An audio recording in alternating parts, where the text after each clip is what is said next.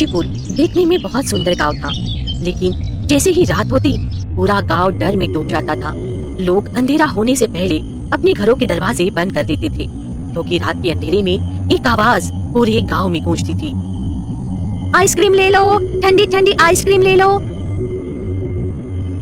एक रात रमेश, जिसकी उम्र करीब 18 साल थी, अपनी मामी के घर से वापस लौट रहा था। रात काफी हो चुकी थी और गर्मी बहुत ज्यादा थी। उफ, कितनी गर्मी है। अगर एक गिलास ठंडा पानी मिल जाए तो मजा ही आ जाए। तभी उसे अचानक पीछे से एक मीठी आवाज सुनाई दी। आइसक्रीम ले लो, ठंडी ठंडी आइसक्रीम ले लो। रमेश ने पीछे देखा। एक सुंदर सी लड़की आइसक्रीम का ठेला लेकर खड़ी थी और आइसक्रीम बेच रही थी। इतनी रात में औरत आइसक्रीम बेच रही है, बड़ी अजीब बात है। लेकिन अभी तुरंत मैं उसी रास्ते से आया। ये आइसक्रीम वाली तो मुझे नहीं दिखी। हाँ, शायद पीछे पीछे आ रही होगी। हाँ। तभी वो लड़की मुस्कुराते हुए बोली, आइसक्रीम चाहिए क्या? रमेश उसकी खूबसूरती देखकर मुस्कुराने लगा। अगर इतनी सुंदर लड़की ही अपने हाथ से आइसक्रीम खिलाए तो जिंदन जाए। लड़की हंसने लगी। अच्छा तो आ जाओ, अपने हाथों से खिलाती हूँ। जैसे ही रमेश उसके पास पहुंचा, वो लड़की सुंदर से एक भयानक चुड़ैल बन गई। उसकी आंखें डरावनी हो गई, दांत बाहर निकल आए और चेहरा भयानक दिखने लगा। बहुत पसंद आया ना मेरा रूप? बहुत गर्मी है ना? लो पहले आइसक्रीम खाओ, उसके बाद मैं तुम्हारा शरीर खाऊंगी। रमेश डर गया और वहां से भागने लगा, लेकिन अचानक चुड़ैल उसके सामने आ गई और उसकी गर्दन पकड़ ली। बचाओ, बचाओ। अगली सुबह गांव वालों को रमेश की कटी हुई गर्दन बीच गांव में मिली। उसका शरीर गायब था। पूरा गांव डर गया। एक बूढ़ा आदमी कांपते हुए बोला, वो लौट आई, आइसक्रीम वाली चुड़ैल लौट आई। उस रात गांव में कोई बाहर नहीं निकला, लेकिन आधी रात को फिर वही आवाज सुनाई दी। आइसक्रीम ले लो, ठंडी ठंडी आइसक्रीम ले लो। लोग खिड़कियों से झांक कर देखने लगे। वो लड़की पूरे गांव में घूम घूम कर आइसक्रीम बेच रही थी। उसके साथ उसका फ्रिज भी था, लेकिन उस रात कोई अपने घर से बाहर नहीं निकला।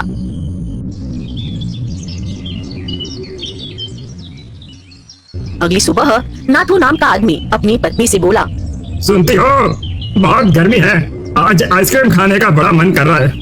नहीं जी, आजकल गांव में वो आइसक्रीम वाली चुड़ैल घूम रही है, आप बाहर मत निकलना। अरे तुम भी ना, कैसी बातें करती हो? मैं इन अंधविश्वासों को नहीं मानता हूँ। वो कोई चुड़ैल नहीं होगी। आज मैं सच पता करके ही रहूंगा। रात हुई, फिर वही आवाज गांव में गूंजने लगी। आइसक्रीम ले लो, ठंडी ठंडी आइसक्रीम ले लो। नाथू घर से बाहर निकला और उस लड़की के पास पहुंच गया। सुना है तुम्हारी आइसक्रीम की चर्चा पूरे गांव में है। आज मुझे भी अपने हाथ से आइसक्रीम खिलाओ। लड़की मुस्कुराई और आइसक्रीम निकालकर नाथू को देने लगी, लेकिन जैसे ही नाथू ने आइसक्रीम देखी, वो डर गया।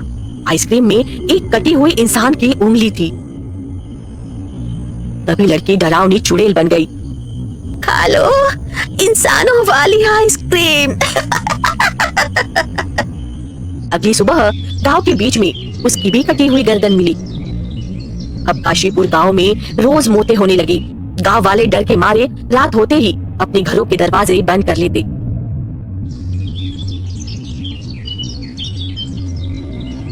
अगर ऐसा चलता रहा तो हमारा गांव तो खत्म हो जाएगा। मुखिया जी, हमें खुद कुछ समझ में नहीं आ रहा कि हम करें क्या। हर दिन अपने गांव में एक कटा हुआ सर मिल रहा है।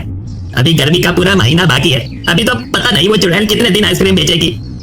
मेरे बाबा साधु आत्माराम है, वे साधु है, लेकिन तंत्र विद्या भी जानते हैं। शायद वही हमारी मदद कर सकते हैं।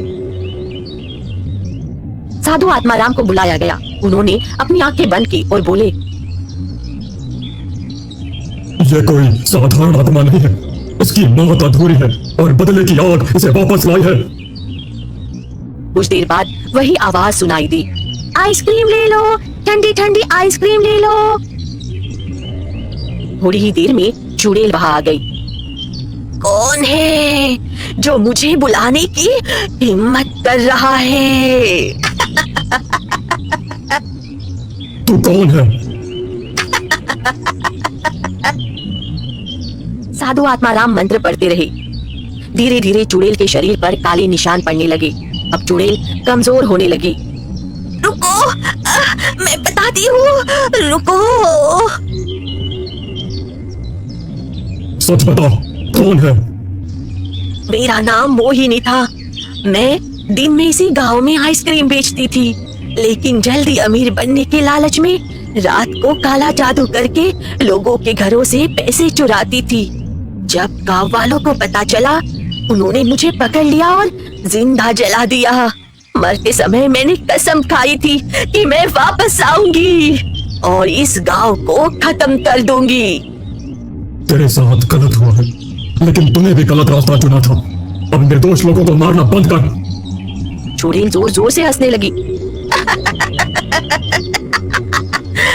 अब बहुत देर हो चुकी है आत्माराम।